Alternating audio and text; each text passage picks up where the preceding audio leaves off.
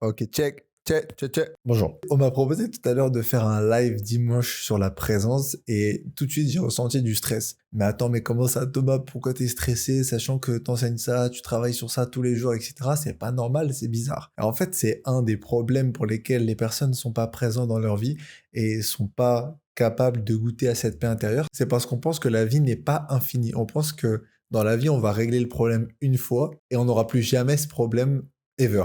Et c'est vraiment un problème de penser ça, parce que en réalité, ce stress-là, par exemple, ne va jamais s'arrêter. Il va toujours apparaître, puis disparaître, parce que je sais comment le faire disparaître. Il va quasiment toujours apparaître de un, mais de 2, il ne va pas apparaître au même niveau. C'est-à-dire que au début, je pouvais être stressé pour un mini truc, comme par exemple parler à un inconnu, et maintenant, je vais être stressé pour quelque chose de plus gros, et potentiellement être vu par des dizaines de personnes, et potentiellement faire de la merde devant des dizaines de personnes. Donc évidemment, l'émotion est la même, c'est le stress, mais à des niveaux qui sont différents, puisque c'est toujours une échelle.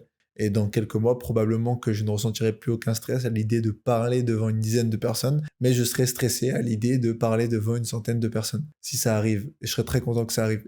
N'hésitez pas à vous abonner pour faire grossir la chaîne et qu'on puisse parler devant des millions de personnes. Le premier problème est de croire que à partir du moment où on a un problème, on va le résoudre éternellement, que c'est fini. Alors qu'en vérité, non. Le problème va toujours revenir sous des formes différentes et ça sera à chaque fois une opportunité d'évoluer et d'avancer sur le bon chemin toujours, puisque ça sera toujours différentes manières à chaque fois de comprendre comment gérer les émotions, de comprendre comment l'accepter pleinement et donc enfin pouvoir s'en libérer. Et le deuxième problème, c'est le jugement. Quand on parle de vouloir être présent, on ne comprend pas qu'en réalité, on est déjà présent. Notre corps, déjà, lui, est totalement dans l'instant présent. Je peux pas téléporter mon corps dans le futur, ni dans le passé. Pour l'instant, en tout cas, peut-être que bientôt j'aurai des pouvoirs par rapport à ça, je vous le dirai. Mais pour l'instant, je peux pas. Et mon esprit, lui, est toujours connecté à cet instant présent infini et perpétuel également. Donc, en réalité, si mon esprit et mon corps est toujours dans l'instant présent, pourquoi est-ce que des fois, je suis dans cette projection dans le futur, je suis dans le passé en train de souffrir, de me rappeler des souvenirs qui ont plus d'importance aujourd'hui. Je me demande qu'est-ce que je vais faire demain, pourquoi est-ce que ma vie, elle est pas comme ce que je voudrais qu'elle soit, mais ça m'énerve parce que je réussis pas mes objectifs. Moi, par exemple, c'est mon cas, je suis beaucoup plus dans le futur que dans le passé. Mon futur me fait beaucoup plus souffrir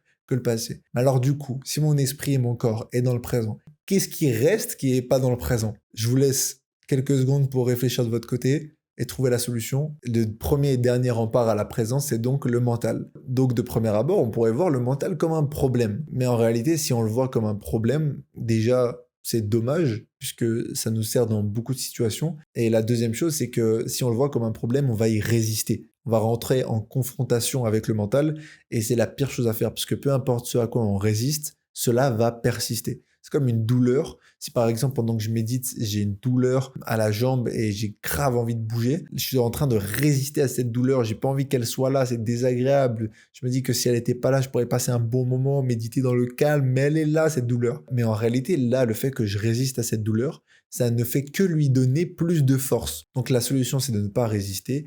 Et donc le contraire de résister, c'est simplement accepter. Et pour accepter, un moyen simple qui existe, c'est observer la sensation, observer la douleur, observer le mental, observer ce jugement-là. Et finir par lâcher prise là-dessus. Et naturellement, quand vous lâchez prise sur quelque chose qui vous gêne, vous êtes de nouveau présent pendant un laps de temps dans lequel votre mental aura l'occasion de se réimmiscer encore une fois, de revenir à la charge en disant c'est ça le présent? Mais attends, mais si c'est ça le présent, ça veut dire que et là c'est fini, vous partez de l'expérience à nouveau, on repart du moment présent, on n'est plus en train de kiffer l'instant présent. Un moyen simple de savoir si on est souvent dans l'instant présent ou pas, c'est à quel point est-ce que on a envie de rigoler. Le fait d'être naturellement joyeux, tout le temps avoir envie de rigoler, un peu comme un bébé, là on est clairement dans l'instant présent, on ne juge plus rien, on est juste en train de regarder les choses, de se marrer, de rigoler, on réfléchit pas à ce qu'on a envie de dire, on est pleinement aligné avec ce qu'on fait, avec ce qu'on pense, on est totalement dans l'instant présent, on est bien avec notre environnement, on est aussi bien avec l'extérieur qu'avec l'intérieur, on est pleinement dans cet instant présent et même on va aller plus loin, on devient cette présence.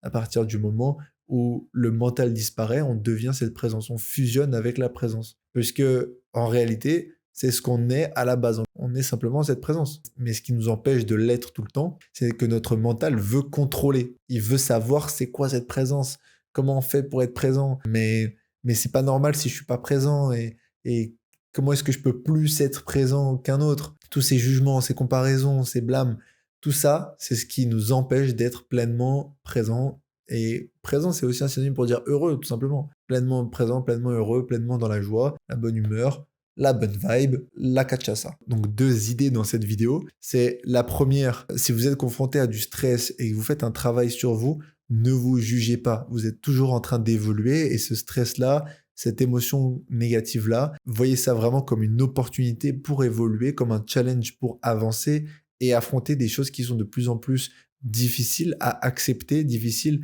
à se confronter, et donc ça ne peut que vous faire évoluer. La deuxième chose, c'est vous êtes déjà pleinement présent, vous êtes déjà pleinement en paix, mais la seule chose qui vous empêche de l'être à 100% tout le temps, c'est simplement votre mental qui vient se rajouter, comme ça.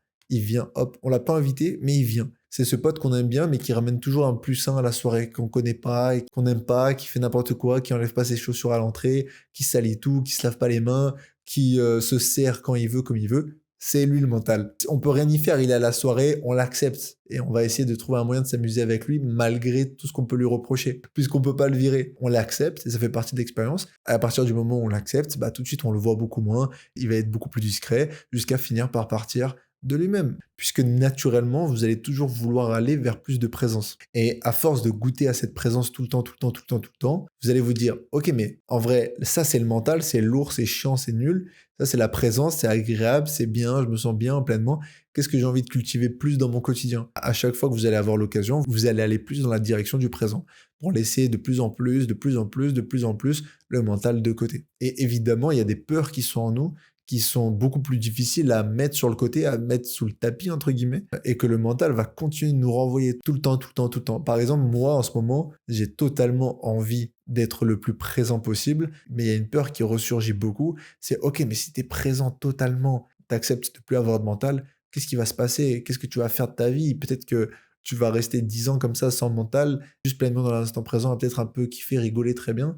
Mais qu'est-ce que tu vas faire de ta vie? Moi, c'est un des trucs qui me fait le plus peur et sur lequel je travaille parce que je sais que si je serai connecté dans l'instant présent, bah, je sais que tout ce qui peut m'arriver sera forcément du positif pour moi, va forcément me faire évoluer. Puisque c'est que le mental qui nous crée des problèmes. Quand on est pleinement dans l'instant présent, il n'y a plus aucun problème qui existe. On est juste pleinement heureux, on sait ce qu'on veut faire, on sait ce qu'on a envie de faire, on sait ce qui est le mieux pour nous. Et le mental, lui, va lutter par rapport à ça. Parce qu'il n'a pas envie de prendre le risque d'avoir une vie qui correspond pas à ce que lui voudrait. Avoir une vie stable, avoir de l'argent, avoir une femme, avoir des enfants, peu importe ce que c'est pour vous, pour moi, le mental, lui, va toujours lutter avec ce que votre cœur veut dans le présent. Et donc, personnellement, c'est ce sur quoi je suis en train de travailler, essayer de comprendre à quoi est-ce que je lutte, qu'est-ce que j'ai vraiment peur au fond, est-ce que j'ai vraiment peur de rater ma vie, ou est-ce qu'en vrai ça va aller. Donc c'est un peu ça, je vous tiendrai au courant. Si vous êtes arrivé jusque-là, merci beaucoup de m'avoir écouté. N'hésitez pas à prendre un appel en dessous pour parler de votre situation et savoir comment est-ce que moi je peux vous aider à vous connecter beaucoup plus dans l'instant présent si votre mental prend beaucoup trop de place. Merci encore et à très bientôt dans une prochaine vidéo.